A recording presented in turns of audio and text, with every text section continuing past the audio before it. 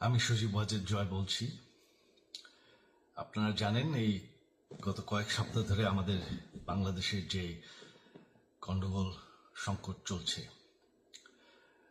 এই যে ছাত্রদের কোটা বিরোধী আন্দোলন, কোটার বিরুদ্ধে আমরাও ছিলাম। শুরুর থেকেই আমাদের সরকার কোটা সরিয়ে দিয়েছে, আমাদের সরকার তাদের সম্পূর্ণ দাবি মেনে নিয়েছে। এটা আদালতের একটা রায় ছিল, এটা আমাদের সরকারের করা ছিল না। তাও আমরা অ্যাপিল করে দ্রুত এই কোটা তুলে দেই। তাতেও আন্দোলনকারীরা সন্তুষ্ট না। আমরা তাদেরকে আলোচনায় ডেকেছি, আমরা একটা জুডিশিয়াল কমিশন করেছি, যে সংঘর্ষে যে হত্যাকাণ্ড হয়েছে সেটার বিচারের জন্য। অনেক পুলিশ অফিসার যারা অতিরিক্ত ফোর্স ইউজ করেছে তাদেরকে আমরা সাসপেন্ড করেছি। তাতেও এই আন্দোলনকারীরা সন্তুষ্ট নয়। আমরা যতই ছাড়, প্রধানমন্ত্রী নিজেই তাদেরকে ডেকেছেন যে আসেন আমরা আলোচনায় বসি, তাতেও তারা সন্তুষ্ট না। আমরা যতই ছাড় দিতে থাকি, যতই তাদের দাবি মেনে নিতে থাকি, তারা কিছুতেই সন্তুষ্ট না, তারা খালি দাবি বাড়িয়ে যাচ্ছে। এখন দাবি হচ্ছে যে সরকারের পতন। তবে সরকারের পতন হওয়ার পর কি হবে, কি হবে এটা কেউ ভেবেছে? আমরা বাংলাদেশে গণতন্ত্র রক্ষা করে রাখতে চাই। সরকার পতন করে নতুন সরকার আসার সাংবিধানিক অনুযায়ী শুধুমাত্র একটি উপায় আছে, সেটা হচ্ছে নির্বাচন। আমাদের সুপ্রিম কোর্ট রায় দিয়েছে যে কোনো অনির্বাচিত সরকার 1 মিনিটের জন্য ক্ষমতা নিতে পারবে না। তো তাদের এই নির্বাচনের দাবিও যদি আমরা মেনে নেই, তো তারা তো এই পর্যন্ত কোনো দাবি, আমরা যত দাবিতেই রাজি হয়েছি তারা তাদের দাবি বেরিয়ে যাচ্ছে। তার মানে কি, আমরা যদি এখন এই নির্বাচন, সরকার পতনের দাবিও মেনে নেই, তারা তখন দাবি করবে যে না, এই সরকারের আন্ডারে নির্বাচন, এই নির্বাচন আমরা মানব না।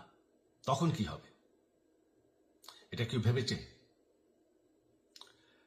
জানি আমাদের সেই সুশীল সমাজ আবার আলোচনা করছে সেই তত্ত্বাবধায়ক সরকারের অভিজ্ঞতা তো আমাদের আছে, আপনারা ভুলে গেছেন?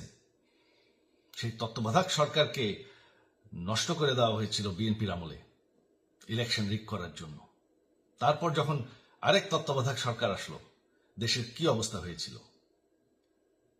শেষমেশ সব থেকে বড় কথা যে আমাদের সংবিধানে স্পষ্ট বলা আছে এবং আমাদের সুপ্রিম কোর্ট রায় দিয়েছে যে অনির্বাচিত সরকার 1 মিনিটের জন্য দেশের ক্ষমতায় থাকতে পারবে না। আমরা আওয়ামী লীগ, আমরা আন্দোলন করেছি, আন্দোলন করে এই দেশকে স্বাধীন করেছি, আন্দোলন করে গণতন্ত্র ফিরে এনেছি, আন্দোলন করে আমরা দেশের উন্নয়ন করেছি। আপনারা যে বঙ্গবন্ধুর মেয়ে শেখ হাসিনার বিরুদ্ধে বলছেন, আজকে শেখ হাসিনা না থাকলে বাংলাদেশ এতদূর আসতে পারত? অসম্ভব। কেউ কল্পনা করতে পারে নাই যে বাংলাদেশ এরকম উন্নতি করবে, এরকম উন্নয়ন হবে।